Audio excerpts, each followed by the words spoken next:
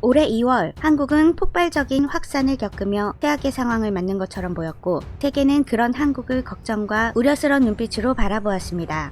그러나 한국은 발빠르게 진단키트를 개발하였고 드라이브스루와 워킹스루와 같은 효율적인 시스템을 고안하여 광범위하고 대규모로 검사를 실시하였습니다.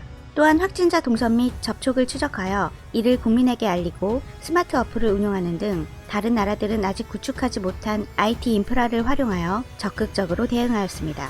또한 누구나 무료로 검사를 받을 수 있고 치료비 역시 건강보험을 통해 거의 무료이며 혹시라도 격리가 되는 경우에는 별도의 숙소와 생활비까지 지원하는 등 매우 잘 짜여진 국가보건 시스템과 의료 체계를 뽐내며 방역에 성공하였습니다.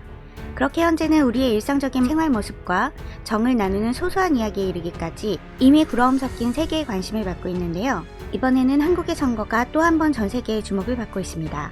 전 세계가 모두 멈춰버린 지금, 그 혼란의 한가운데에서 세계에서 유일하게 한국이 전국적인 선거를 치러낸 것이죠.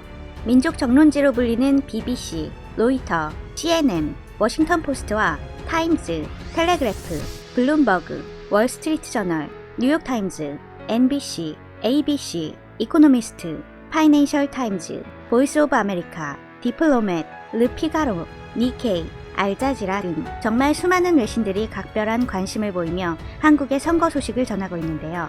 한국의 선거 준비와 유권자 보호 노력이 민주주의의 모범이 될 거라고 말하는 외신들, 과연 어떤 내용들이 있는지 함께 보시죠. 미국의 타임스는 현 사태 속에서 실시되는 한국의 선거에 주목하며 한국은 전염병 속에서 선거를 실시한다. 유권자 보호 노력에 대해 미국이 배울 내용은 다음과 같다라는 제목의 기사를 게시했습니다.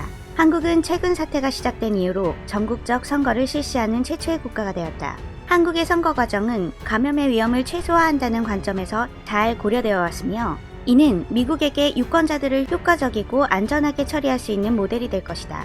미국의 대통령 선거는 아직 6개월 이상 남아있는 상황이지만 현 사태는 여전히 위협적이므로 벌써부터 어떻게 해야 할지 논쟁이 벌어지고 있다. 한국의 선거가 감염의 폭발적 증가 없이 진행되면 11월 미국의 선거를 포함하여 다른 국가의 선거에 대한 로드맵을 제공할 것이다. 참고로 현 사태의 확장으로 인해 전 세계 대부분의 국가들은 선거를 연기하고 있는데요.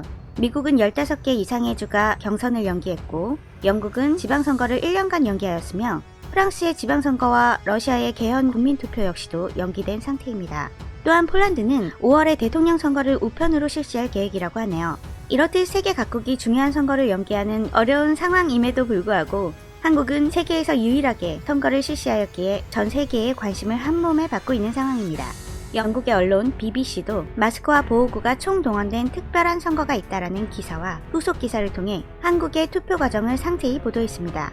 한국은 기존의 선거와는 다른 모습으로 이번 선거를 치르고 있다. 사람들은 어떻게 투표할 수 있었을까? 유권자들은 마스크를 착용하고 1m 이상 거리로 떨어져 있어야 한다. 체온을 측정하고 세정제로 손을 소독하여 비닐 장갑을 착용한다. 체온이 37.5도를 초과하면 별도의 투표 구역으로 옮겨져 사람들과 분리한다.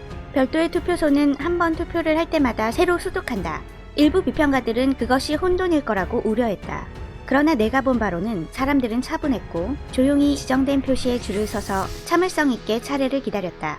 BBC의 로라 비커 기자는 한국의 투표소 상황을 자세하게 설명하였고 몇몇 인상 깊은 투표자와의 인터뷰도 전했습니다. 한 젊은 여성 유권자는 처음에는 선거를 연기해야 한다고 생각했었지만 지금은 다른 사람들이 매우 많은 것을 보니 걱정되지 않는다라고 말했다. 생애 최초로 투표에 참여하는 한 여성은 투표는 우리가 해야 할 일이에요. 비닐장갑이 약간 불편하지만 안전하다고 느껴져요 라고 말했다.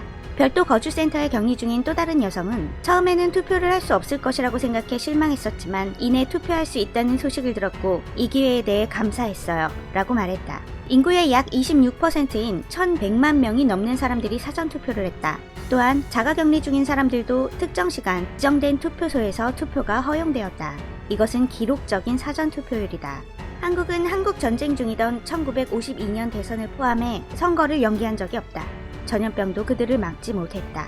참고로 이번 21대 총선은 2,900만여 명의 국민이 투표에 참여하여 1992년 이후 가장 높은 수치인 66.2%의 투표율을 기록했습니다. 선거가 끝난 다음 날 미국의 폼페이오 국무장관은 트위터를 통해서 세계의 대유행 속에서도 한국이 선거를 성공적으로 마친 것을 축하한다. 민주주의의 가치와 자유롭고 개방적인 사회에 대한 한국의 헌신은 현 사태에 맞서기 위해 세계가 필요로 하는 것이다 라며 축하했습니다. 세계적인 대유행 속에서도 민주주의의 가치를 지키는 유일한 나라. 지금 현재 대한민국은 국민들의 성숙한 시민의식과 단결력, 그리고 인내심으로 우리가 알고 있던 어느 선진국보다도 더 잘 대처하고 있습니다. 대한민국은 늘 그러했듯이 역경 속에서도 그저 묵묵히 할 일을 다 했을 뿐인데 어느덧 한국은 우리가 동경하던 선진국들보다 더 높은 곳을 향하고 있는지도 모르겠네요. 지금껏 잘해온 것처럼 조금만 더 힘내서 마무리까지 완벽하면 좋겠습니다. 영상을 마치며 대한민국의 모든 평범한 하루하루를 응원하고 싶네요. 잘했어요. 오늘도 수고하셨습니다. 구독과 좋아요는 영상 제작에 큰 힘이 됩니다. 시청해주셔서 감사합니다.